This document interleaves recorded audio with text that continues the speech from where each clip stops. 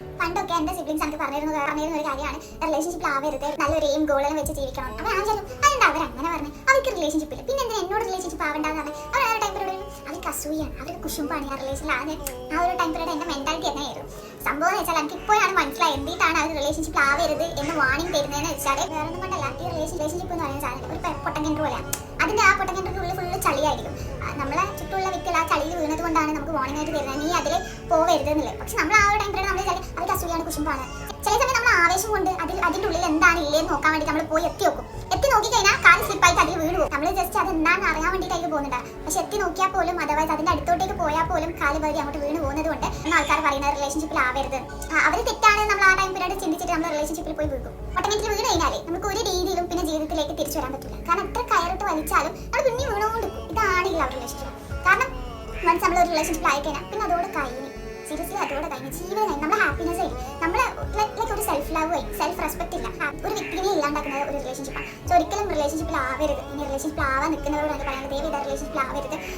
ഇത്രയും മട്ടർ നോൺസെൻസ് ആയിട്ടുള്ള ഒരു കാര്യം ഞാൻ എൻ്റെ ജീവിതത്തിൽ കണ്ടില്ല. കമന്റ് ബോക്സിൽ പല ആൾക്കാരും പറയും 100% റിലേഷൻഷിപ്പ് ഇങ്ങനെയൊന്നും എല്ലാം പറയും. പക്ഷെ എന്നാൽ പോലും ഈ 100ൽ 80% ഇന്നത്തെ കാലത്ത് റിലേഷൻഷിപ്പ് എന്ന് പറയുന്നത് പൊട്ടനെങ്കിലെ തവള പോലെ എത്ര കയറാൻ ശ്രമിച്ചാലും കയറാൻ കഴിയില്ല, കൊടുക്കും. സോ അറിഞ്ഞുകൊണ്ട് റെയിലിൽ തലവെക്കുന്ന ഈ റിലേഷൻഷിപ്പ് എന്ന് പറയുന്നത് നമ്മൾ ഫ്ലോട്ട് ചെയ്യാൻ വേണ്ടി ചുറ്റും നമ്മളെ കുറേ ആൾക്കാരുണ്ട്. അവരെ പഞ്ചാര വാക്കിൽ വീക്കരുത്.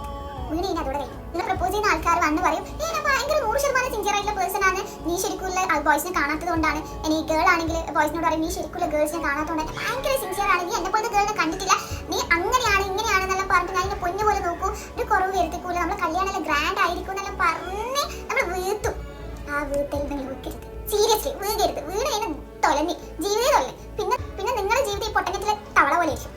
കയറാൻ ശ്രമിച്ചാലും കയറാൻ കഴിയില്ല, പിന്നെ വീണുകൊണ്ടിരിക്കും. സോ അങ്ങനെ ഒരു തവളയായി നിങ്ങൾ മാറരുത്. സീരിയസ്ലി അനുഭവം ഗുരു. നിങ്ങൾ വിചാരിക്കും ഇവിടെ ഇങ്ങനെ പറയുന്നത് അസൂയാണ്, കുശും പറഞ്ഞു തെറ്റിദ്ധരിക്കരുത്. റിലേഷൻഷിപ്പ് എന്ന് പറയുന്ന സാധനം അട്ടർ നോൺസെൻസ് ആണ്. ആർക്കോ വേണ്ടിയിട്ട് നമ്മൾ വെറുതെ ടൈം വേസ്റ്റ് ആണ്. എല്ലാ ആൺകുട്ടികളും എല്ലാ പെൺകുട്ടികളും ഒരുപോലെ അല്ലല്ലോ.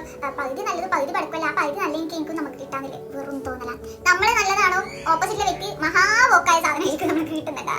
സോ നമ്മൾ നല്ലതായിട്ട് കാര്യമില്ല, ഓപ്പോസിറ്റിലെ വ്യക്തി നമ്മുടെ ലൈഫിൽ വരുന്ന ആൾക്കാർ തീർന്ന സാധനമായിരിക്കും. ഇല്ലാണ്ടാക്കുന്ന എൻറ്റയർ ലൈഫ് സ്പോയിലാകുന്നത് ഇല്ലാവുന്നില്ല. ആ ഒരു കാര്യം നമ്മുടെ ലൈഫിലേക്ക് വരുമ്പോൾ നല്ല രീതിയിൽ ഹാപ്പി ആയിട്ട് ജീവിക്കുന്നതായിരിക്കും. പക്ഷെ ഒരു വ്യക്തി മതി ആ ഒരു എൻറ്റയർ ലൈഫ് സ്പോയിൽ ചെയ്യണം, എൻറ്റയർ ലൈഫ് ഇല്ലാണ്ടാക്കാൻ. സോ എനിക്ക് ഇനി റിലേഷൻഷിപ്പിലാവാൻ പോകുന്നവരോട് പറയാനുള്ള ഒരു ഉപദേശമാണ് ഇത്. സീരിയസ് ആയിട്ട് നിങ്ങൾ എടുക്കുക. പൊട്ടൻ കിണറാണ്, ദയവ് ചെയ്ത് അതിൽ പോയി ചാടാനോ അതിൽ പോയി എത്തി നോക്കാനോ അതായത് അതിൽ പോയി വീഴാനോ നിൽക്കരുത്. വൺസ് വീണ് കഴിഞ്ഞാൽ അതിൽ മുകളിലോട്ടേക്കുള്ള ജീവിതകാലം മുഴുവനും ആ ഒരു പൊട്ടൻ കിണറിൽ വീണതിൻ്റെ ആ ഒരു മാർക്ക്, ഒരു ബ്ലാക്ക് മാർക്ക് നമ്മുടെ മനസ്സിലെപ്പോഴും ഉണ്ടാവും. സോ റിലേഷൻഷിപ്പ് എല്ലാവരും ഫേക്ക് ആണെന്ന് പറയുന്നില്ല, എന്നാൽ പോലും 95% ആൾക്കാർ ഫേക്കാണ്. സോ ദയവ് ചെയ്ത് റിലേഷൻഷിപ്പിൽ ആരും പോയി വെക്കരുത്.